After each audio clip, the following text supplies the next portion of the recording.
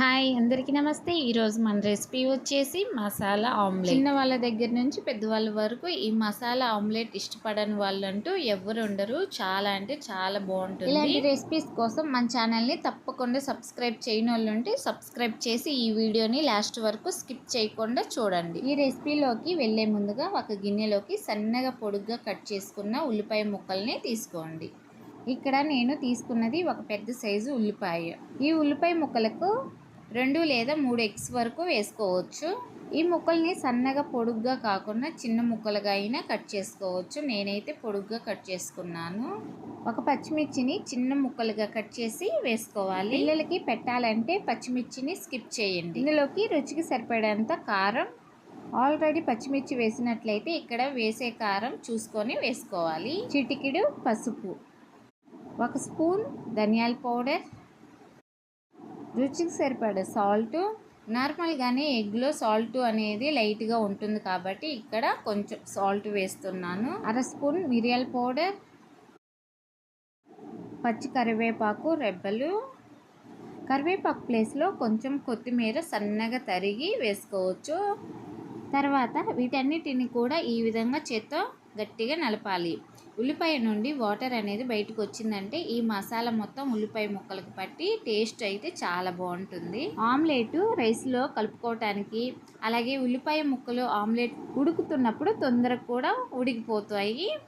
పచ్చిదానం లేకుండా ఈ ఉల్లిపాయ మసాలా ఇలా కలిపితే చాలా బాగుంటుంది.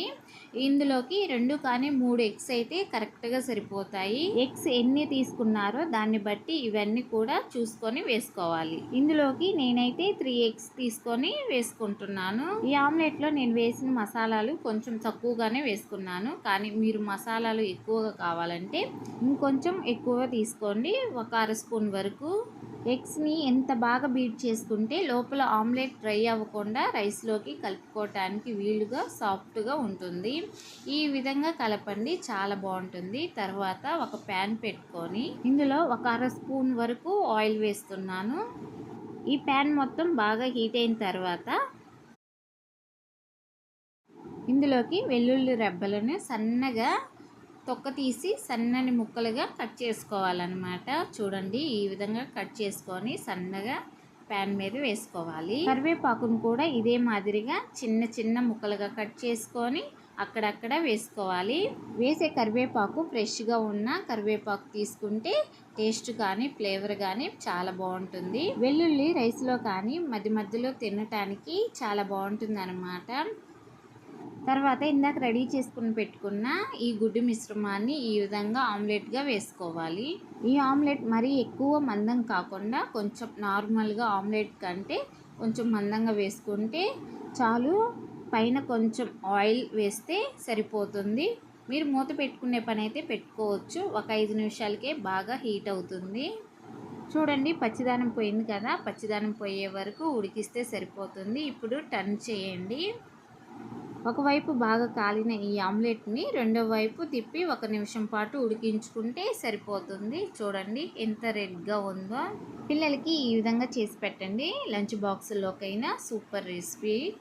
ఇంట్లో కర్రీస్ ఏం చేయనప్పుడు ఇలా చిన్నపిల్లలకి ఇది కట్ చేసి ఎగ్ రైస్ లాగా కూడా యూస్ చేయొచ్చు అన్నమాట. మీకు ఈ వీడియో నచ్చినట్లయితే తప్పకుండా లైక్ చేసి షేర్ చేయండి. అలాగే ఈ రెసిపీని మీరు తప్పకుండా ట్రై చేసి ఎలా ఉందో కామెంట్ చేసి చెప్పండి. ఇంకెందుకు ఆలస్యం, ఈ వీడియోని చూసిన తర్వాత మన ఛానల్ని సబ్స్క్రైబ్ చేయడం అస్సలు మర్చిపోవద్దండి. Please subscribe and thank you for watching.